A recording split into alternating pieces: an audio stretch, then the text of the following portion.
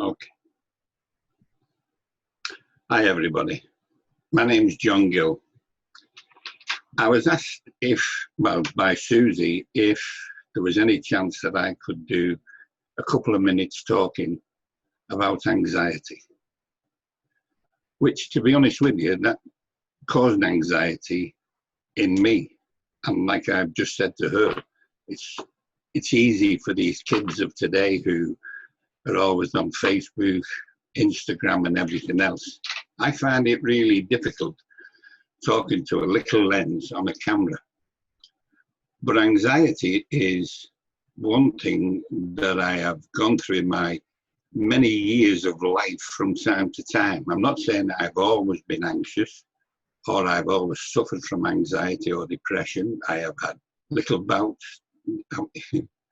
To put it nicely, I've dipped in and dipped out of anxiety and depression over the years from time to time.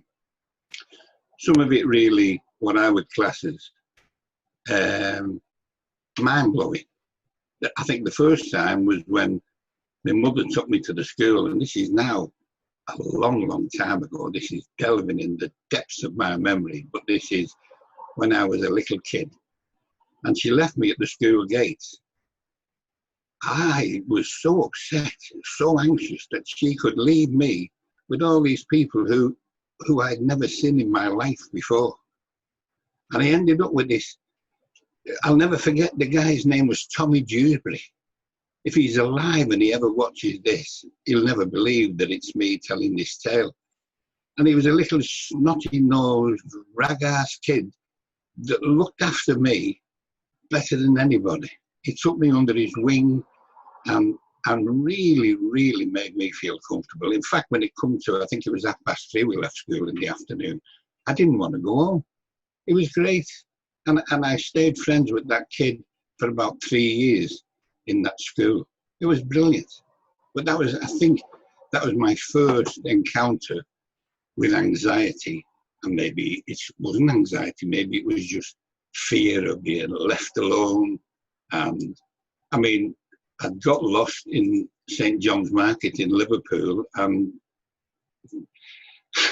the market lads took me in, gave me a pie and a cup of tea, and I was very happy. There was no problem there. I didn't bother. Eventually, my dad found me and we went home. But as the years went on, I think the next time after that where I can say anxiousness was going into hospital for a 12-month spell, where I only see my parents maybe once a fortnight if I was lucky. And I think the most anxious thing then was I going to get a parcel?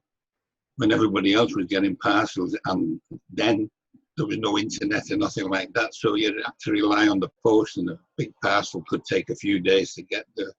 And I think that was the anxious thing for me. But being realistically now, as I've got older and worked with different people and under different circumstances in different positions in my life, I should imagine the main bout of uncertainty and anxiety and depression came when I was 60-odd years old, of all things, when I was a manager working for the local council.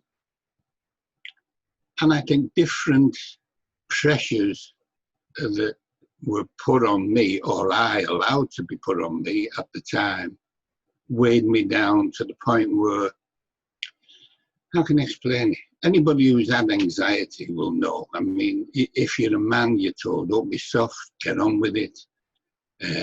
Don't let the bastards wear you down, you know, give it them back, make them have it, and all this malarkey. But inside, it can melt you down. It can really get you down to the point where you become emotional, where you don't want to go to work. And I really loved my job. I loved the camaraderie. Most of the guys who were there were brilliant.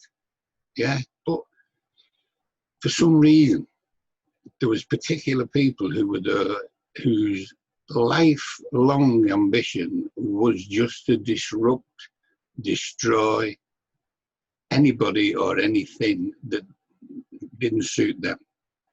And life is not always like that. Sometimes you've got to get on with life. And that I did, because I had to walk away from that particular job after 20 odd years that I really enjoyed. And I spent a little while off sick to, I suppose, recover, get my head together, make sure that whatever I was going to do next, I was going to enjoy. And I took up the rest of my working life as either training security staff, or going back eventually to where I previously worked and where I had all the hassle. That in itself was, for me anyway, shooting the ghost that had put me off work in the first place. And the first day back, when I walked into, and it was a first size unit that I worked in, was overwhelming. But yeah, a feeling inside of here of, yeah, I'm back. Yeah, I've got over it. I've conquered it. Well, I thought I had. But I wasn't going to let it get to me. There was a few remarks made about me coming back after all these years, or a couple of years it was, at 70-year-old, coming back into a place where I'd left. Funny, but I enjoyed what I'd done, and I enjoyed working. And I suppose anxiety was on the cards that day because of how I felt. And yet, the only time I felt anxious was walking through the big double doors. And then after I got through them, it was a piece of cake. The people who, most of them I'd known before, some of them I hadn't, and we got on great. I wasn't doing the same job. I was on a different job. It didn't have the pressures. I just went standing every day for a while, and then it went to 2 days a week, which is great. 12-hour shift, brilliant, working on the weekend. I really enjoyed it with some great guys who just supported me, to be honest with you. Not because I was old and twacky, but just because that's how they were. Because we were all for one another. It was, I can't say kindness, because it's not, it's a good workforce with guys that want you there, that work together, that are willing to help you, that are willing to get you through these times when the job got difficult. And from time to time it did get busy. We were operating CCTV and security, housing calls for people whose toilets got clogged, or the taps burst, or whatever, anything like that, central heating. So you were dealing with them people 24/7. And on your shift, the guys there would help you, and made it right. So that anxiety faded. And I suppose we all need some form of anxiety, is either to make us aware of what's around us, and is there any need to be anxious. Some people get anxious over a spider or a snake. That's not me, but I've helped, or I've worked with people, or I've sat with people and talked with people who suffer from these anxieties, who have problems with them, who have problems standing up, talking to people. And to be honest with you, I know there's only one person going to be looking at this, and it'll probably be me after watching the rerun and thinking, I could have done that better. I could have said something different, more meaningful, more philosophical. But anybody who knows me, that's not me. What you see with me, and it ain't that good, is what you get. I'm honest. I try and show some empathy to other people. If people ring me up and say, can you help with this? Yes, of course I can. I think I can. No, I know I can. We can work through it together. Advice and opinion is very cheap.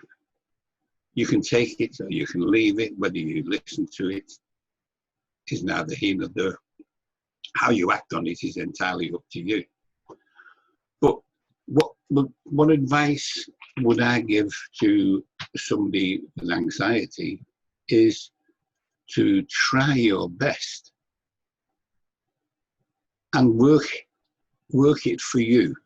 Your anxiety can give you power, can give you strength.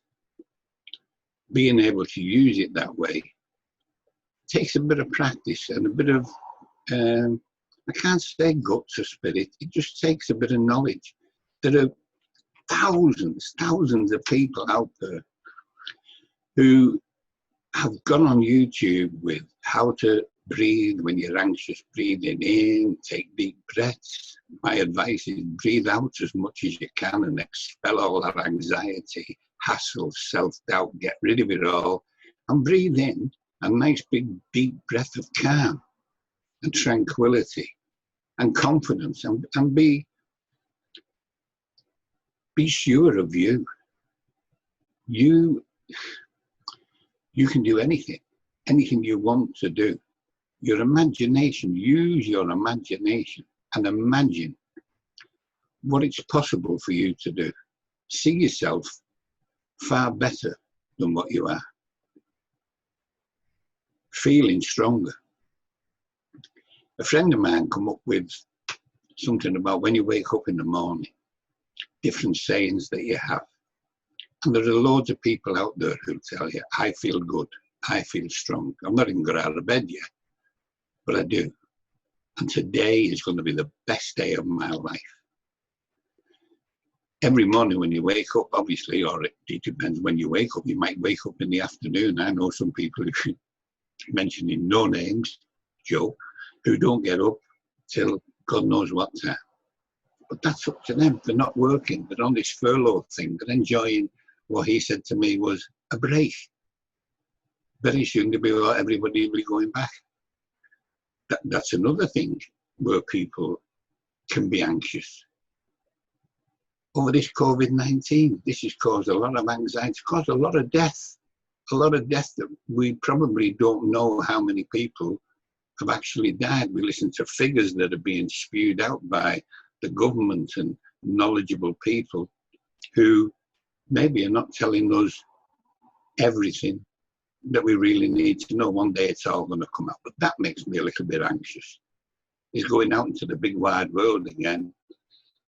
It's like I said to Susie Jones the other day about, I only found out recently, and you'll all know this already, but I only found out recently that I am elderly. I went mad. I didn't even know I was elderly. Who decides that I am elderly because I am past a certain age? And I couldn't agree with that. But I've been rubber stamped. That's it. I'm elderly. I've got to stay in the house.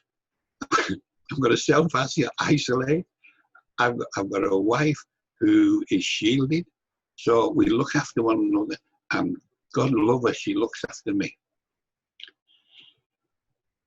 And we look after each other. And that's the best advice I can give to anybody, is to look after yourself, look after your partner, plan for the future, and remember every morning when you get up, today is the first day of the rest of your life. And make it count as best you can.